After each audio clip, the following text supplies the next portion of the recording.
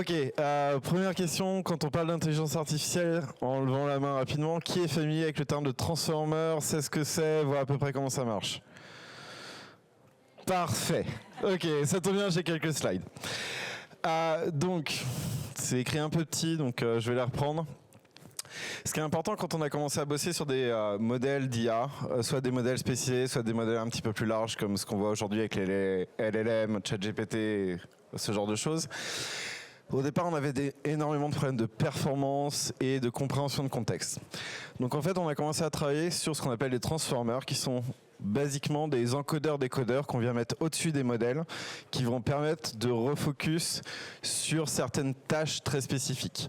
Donc tout ça, si ça vous intéresse, vous pouvez rechercher, ça vient d'un article de 2017 sur Attention is Everything You Need, qui explique globalement, quand on donne un prompt, une info, de la data à un modèle, comment lui va se focus sur ce qui est important. J'imagine que vous avez tous utilisé des outils comme ChatGPT aujourd'hui. Quand vous lui faites une phrase, et vous le savez spécifiquement en français, un mot peut avoir énormément de sens différents.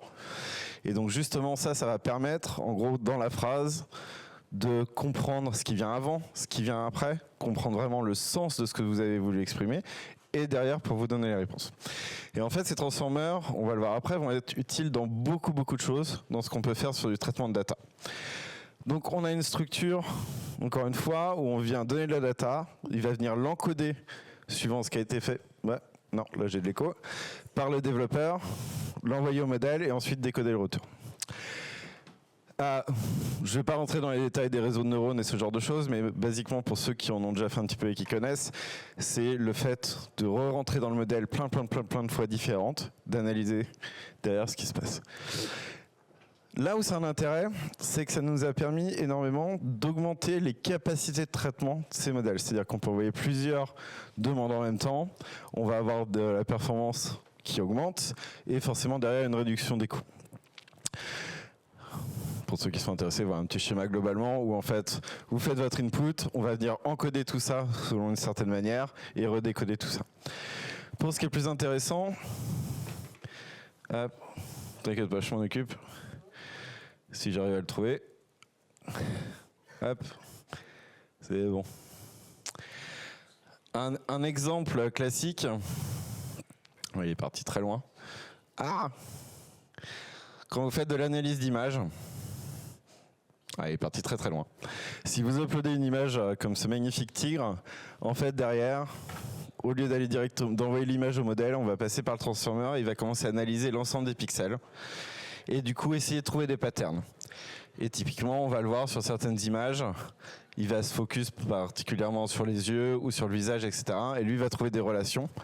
Le but final étant évidemment, dans ce cas-là, d'arriver à définir quelle est, par rapport à sa base de connaissances, quelle est l'image, quel est le visuel, etc. L'avantage de ces transformers, c'est que du coup, on n'a pas forcément besoin d'énormément de ressources derrière. Ce que vous voyez ici, qui est un modèle qui tourne en live, tourne dans le navigateur. Il n'y a pas d'infrastructure derrière, c'est directement dans le navigateur, on envoie l'image, il fait les transformations et il donne le résultat. Là où ça m'intéresse particulièrement derrière, du coup, c'est pas pour l'analyse d'image, mais comment on peut implémenter ça directement en PHP. Aujourd'hui, avec tout l'IA et les modèles qui viennent, évidemment, vous avez tous les grands providers que vous connaissez, Claude, OpenAI et ce genre de choses. Mais en fait, vous avez des dizaines, voire des centaines de milliers de modèles qui sont disponibles pour vous à utiliser directement au sein des applications que vous déployez. Et le but de cette présentation, c'était de voir en fait comment, sans changement d'architecture fondamentale, sans rajouter des tonnes de serveurs de GPU et ce genre de choses, comment vous pouvez utiliser ces modèles pour implémenter des features au sein de vos différents stores. Donc j'ai pris 3 cas d'usage assez basiques qu'on va passer en revue. L'avantage de faire tourner ces modèles, encore une fois, c'est que vous n'êtes pas dépendant de prestataires externes. Encore une fois, tous les grands qu'on connaît. Donc vous n'avez pas de souscription, ça c'est pour le côté budgétaire, mais vous n'avez surtout pas de fuite de données. Aujourd'hui on le voit bien avec pas mal de modèles, sans même parler des choses comme DeepSeek et autres.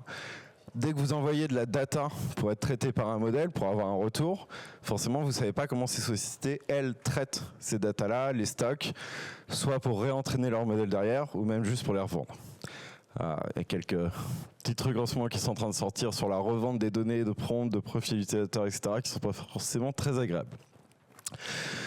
Le deuxième avantage de faire tourner ces modèles d'IA en PHP nativement, c'est que vous n'avez pas besoin de changement d'architecture. Vous utilisez déjà vos hébergeurs actuels. Évidemment, si vous souhaitez passer chez Plateforme Message pour d'autres raisons, on sera ravi de vous avoir. Mais vous n'avez pas besoin, du coup, de rechanger vos architectures, de provisionner d'autres serveurs, etc. C'est directement natif sur ce que vous connaissez. Et encore une fois, je leur dis, si vous allez faire un tour sur Hugging Face, vous allez voir des millions de modèles disponibles. Alors, soit des modèles de génération de texte, que vous avez déjà utilisés, mais aussi des modèles de traitement de data, d'analyse de stats, d'analyse de log. Ça peut être plein de choses différentes, et à vous d'être créatif sur les différentes fonctionnalités que vous souhaitez mettre en place. Alors, en PHP, plus particulièrement, parce que c'est ce qui nous intéresse autour de Magento, on a maintenant des packages qui existent où vous pouvez directement installer justement ces transformers et ces différentes listes de tâches. Et en fait, c'est très simple. C'est un package qui s'appelle Transformers qui est maintenu par Kyrian. On va le revoir après. Et on va juste venir installer ce package, le rajouter à votre composer et derrière, il est dispo. Premier cas d'usage, un truc assez basique, classification de texte.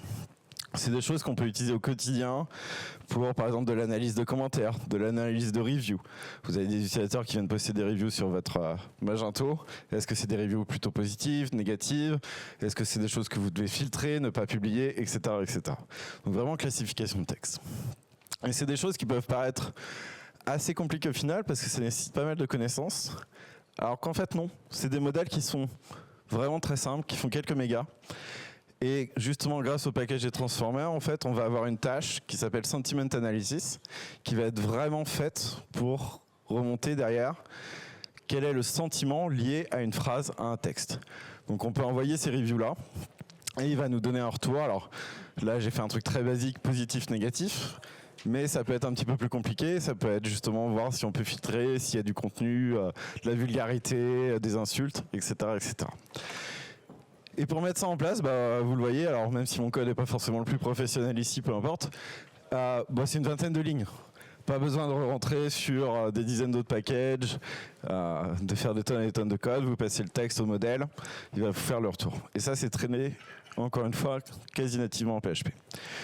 Juste pour une petite démo, je me suis amusé à importer 2 milliards de reviews Amazon. C'était un peu long. Mais derrière, on peut le voir, là on tourne sur une architecture qui est purement CPU, qui est notre architecture de projet, alors déployée sur plateforme, mais peu importe, où vous allez pouvoir faire tourner le modèle directement avec... Ah bah non.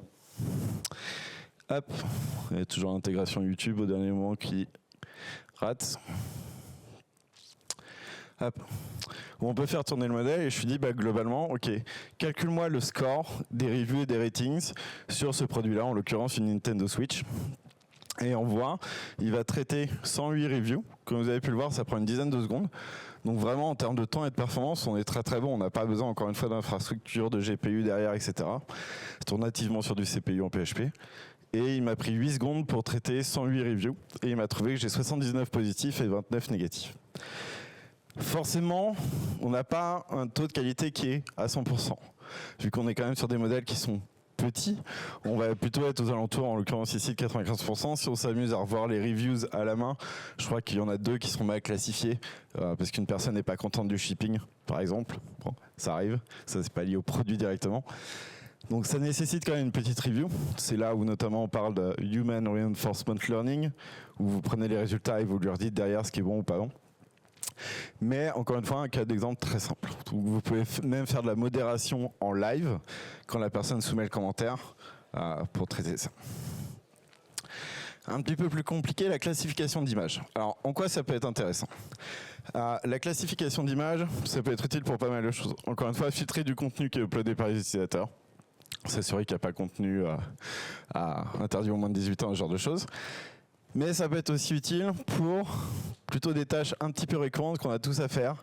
Typiquement, génération de texte alternatif sur des images, pour tout ce qui est SEO, etc. C'est des choses qui prennent énormément de temps à faire, sur lesquelles des fois les équipes marketing ont un petit peu mal. C'est des choses qu'on peut complètement automatiser.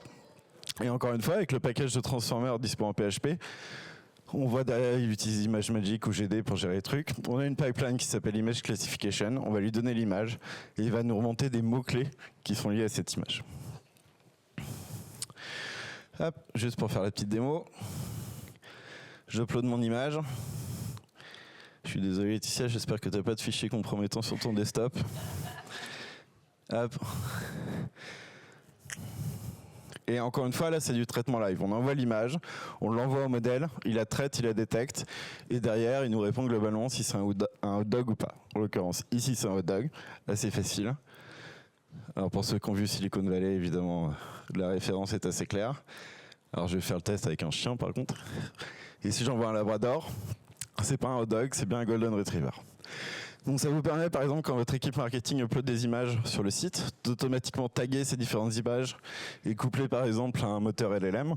On pourrait très bien venir régénérer une description complète de cette image. Très utile encore une fois quand vous gérez du contenu généré par l'utilisateur. Hop. Alors génération de texte, un petit peu plus compliqué. Parce que la génération de texte, par contre, ça nécessite énormément de connaissances. C'est là où les gros modèles sont très très performants. Cependant, vous avez quand même des modèles qui existent, comme Flan, T5 et ce genre de choses, qui vous permettent de générer du texte à la volée, des paragraphes, des textes, des descriptions. Et ça marche quand même très très bien sur des choses assez limitées sur lesquelles vous pouvez quand même poser des questions et ce genre de choses. C'est pas ce que vous allez utiliser en live pour faire un chatbot d'assistance, mais encore une fois, ça peut être quelque chose que vous utilisez dans le back-office de vos Magento pour générer par exemple des descriptions de produits ou des textes alternatifs ou des méta-descriptions, ce genre de choses. Vous lui posez la question et il va vous répondre avec le texte. Et ça, encore une fois, PHP directement. Hop. Donc si je lui demande par exemple, est-ce qu'un taco est un sandwich? Vague question. Il va me répondre qu'un taco est un sandwich fait avec du pain, ce qui est clairement pas vrai. Vivant dans le pays du Tex-Mex, je vous confirme que c'est pas le cas. Mais voilà, on est capable de lui poser des questions, d'avoir des réponses, et surtout, encore une fois, de générer du texte directement à la volée en PHP. Et ces modèles, évidemment, évoluent au jour le jour. Donc aujourd'hui, si on a des résultats qui ne sont pas forcément tout le temps fiable, ça s'améliore énormément. Alors, pour un petit point un petit peu plus technique, comment ça se passe derrière? Comment ça marche? En fait, on va se reposer sur 3 composants. Le premier, c'est quelque chose que vous connaissez peut-être, qui est une extension PHP qui s'appelle FFI, Foreign Function Interface, qui permet en fait d'appeler des librairies sous-jacentes du système en C directement. Je ne sais pas si vous utilisez, je ne sais pas s'il y a des devs Magento qui ont déjà utilisé du FFI, mais c'est des choses qui peuvent être utilisées derrière pour du traitement d'image, de la délégation de process, etc., etc. Et donc on va utiliser FFI pour pouvoir appeler justement ces librairies derrière. Quelque chose qui est très important, je sais que la majorité d'entre vous sont plutôt dans les communautés open source. Il y a une initiative qui est très très intéressante aujourd'hui qui s'appelle, alors j'appelle ça ONNX, ONNX, Open Neural Network Exchange. Le but est de définir un format standard pour pouvoir discuter avec des modèles d'IA. Pour ceux qui sont familiers avec ça, quand vous entraînez aujourd'hui un modèle d'IA, vous utilisez un framework. TensorFlow de Google, PyTorch, il y en a plusieurs qui permettent d'entraîner ces modèles. Et le gros souci, c'est que quand vous souhaitez l'utiliser derrière, vous êtes obligé d'utiliser le même framework. Un modèle entraîné par PyTorch, vous devez utiliser PyTorch pour pouvoir lui poser des questions derrière. ONNX arrive justement sur une surcouche qui permet de transformer cette interface et de l'abstraire pour du coup n'importe quel framework puisse utiliser n'importe quel framework généré par n'importe quel modèle généré par n'importe quel framework. Et c'est ce qu'on va utiliser aussi ici. Le package de Transformer va donc utiliser le protocole ONNX pour targeter les différents modèles, ce qui nous permet du coup nous de pouvoir intégrer n'importe quel modèle, soit ceux qui sont dispo en open source, open weights aujourd'hui sur des plateformes comme Hugging Face, ou même ceux que vous entraînez vous-même. La dernière partie, c'est ce fameux package donc qui est managé par Kyrian Obikwelu, donc les transformers et pipelines. J'ai parlé des transformers au début, ce principe d'encodeur-décodeur.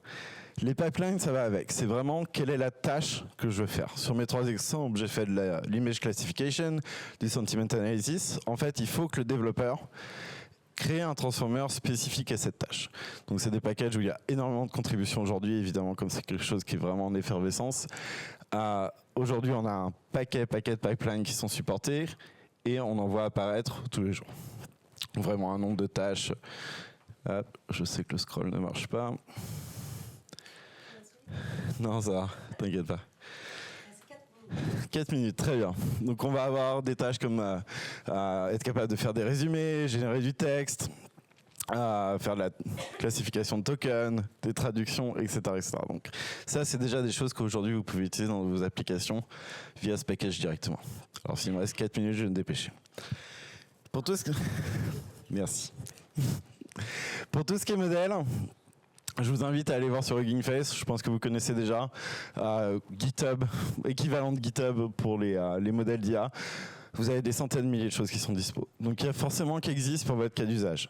Typiquement, vous voulez faire de la détection de fraude sur vos Magento, vous avez des modèles qui sont spécialisés justement pour détecter des patterns sur des transactions ou sur des navigations clients qui ressemblent à des fraudes et ce genre de choses.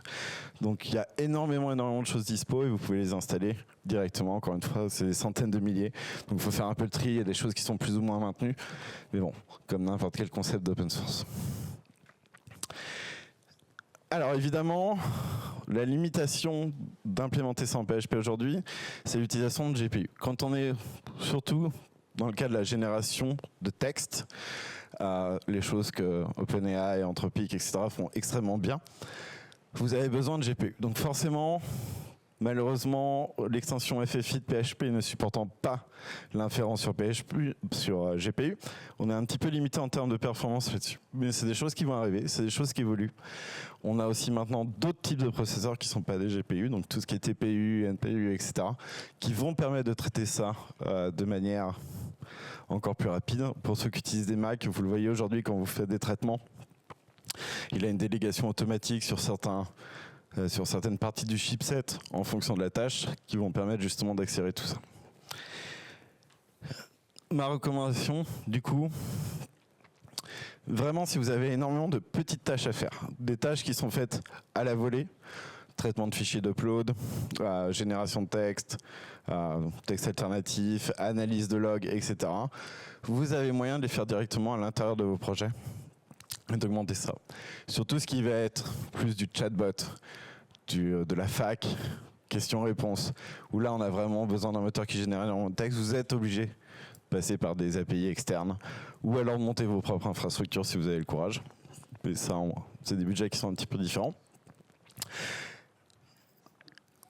Comme ces providers, OpenAI, Claude, etc., ne sont absolument pas open source et ont des pratiques commerciales qui commencent à être un petit peu limites, vous avez aussi la capacité de déployer des modèles open weights comme Mistral, boîte française, et ce genre de choses directement sur des points de référence, par exemple chez Hugging Face, où vous êtes le seul du coup à taper ce modèle. Il n'y a pas de log sur les datas que vous envoyez, il n'y a pas d'enregistrement du training, etc., etc. Et vous pouvez l'inclure derrière via API sur vos applications. Et évidemment, vous pouvez aussi coupler les deux.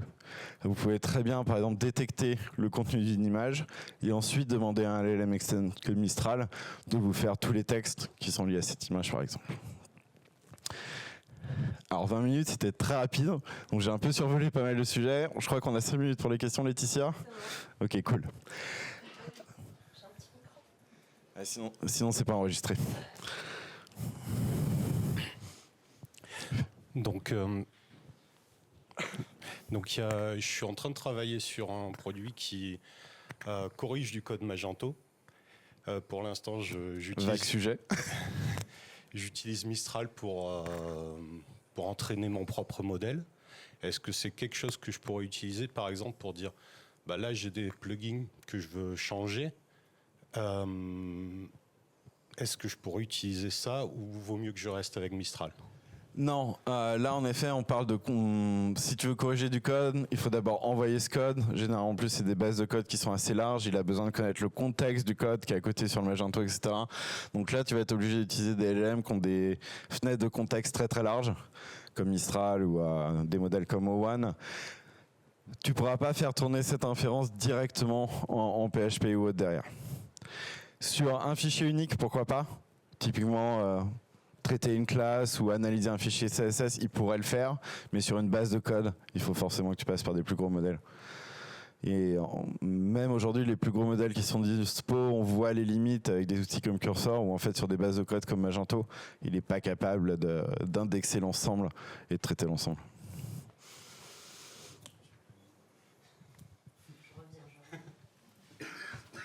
Non, là l'idée c'est vraiment de travailler, de dire par exemple, quelqu'un a fait un plugin around. Moi je dis ça c'est pas un plugin around, c'est un plugin before ou after. Et dans ce cas-là, je connais le fichier et je dis il faut faire ça. On est vraiment sur une tâche, on va dire, assez simple. Dans ces cas-là, oui. Et si tu arrives à entraîner un modèle qui est suffisamment petit, où en effet tu peux lui passer du coup le manifeste du plugin et lui te répond derrière le fichier de configuration ou comment le caler en before after, ça tu peux en effet tout à fait. Tu pourrais très bien l'intégrer au back-end de Magento quand la personne active le plugin, en effet de pouvoir le caler où il faut dans la configuration. Ouais. Merci. Est-ce que quelqu'un a d'autres questions ? Non ?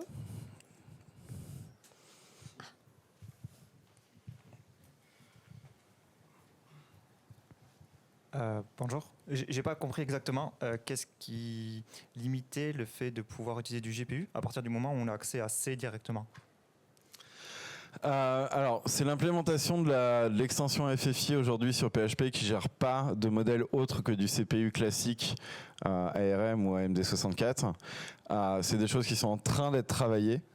Mais pour l'instant, tu peux pas. Tu es obligé de lancer des process qui sont sur la même architecture que sur laquelle FFI tourne. C'est ce qui limite aujourd'hui. Après, c'est des choses où ils sont en train de travailler dessus. Il y a des chances que dans les 6 mois, on voit les choses évoluer directement. Ouais. Ok, merci, c'était tout. Encore une fois, on utilise des systèmes qui existent depuis quelques années, comme FFI, sur lesquels on vient mettre des nouveaux cas d'usage liés à l'IA, donc forcément il y a des évolutions qui arrivent.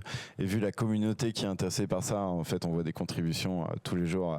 Le package de Transformers de Kyrian, il est passé de 3 à 107 contributeurs en 3 mois. Et enfin, voilà. Dans 1 ou 2 ans, on aura beaucoup plus de choses. Mais le but était aussi de dire, les GPU ça coûte cher. C'est problématique, c'est compliqué à trouver aussi, tous les providers en ont pas, etc., etc. Vous avez moyen de faire tourner des modèles et d'inférer sur des modèles directement sur du pur CPU classique. Et on a des performances, ça fonctionne dans ces cas d'usage précis.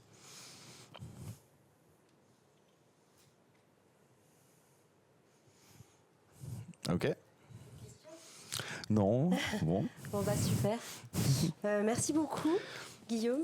De rien. Et juste petit message de sponsoring quand même. Si vous souhaitez tester ce genre de choses, n'hésitez pas. Sur plateforme, on a pas mal de choses. On est aussi prêt à bosser énormément avec vous sur ces sujets-là. On cherche finalement des cas d'usage. Donc si vous voulez qu'on vous accompagne sur ces tests, sur des POC, etc. liés à l'IA, n'hésitez surtout pas, on sera ravis de le faire. Merci à tous.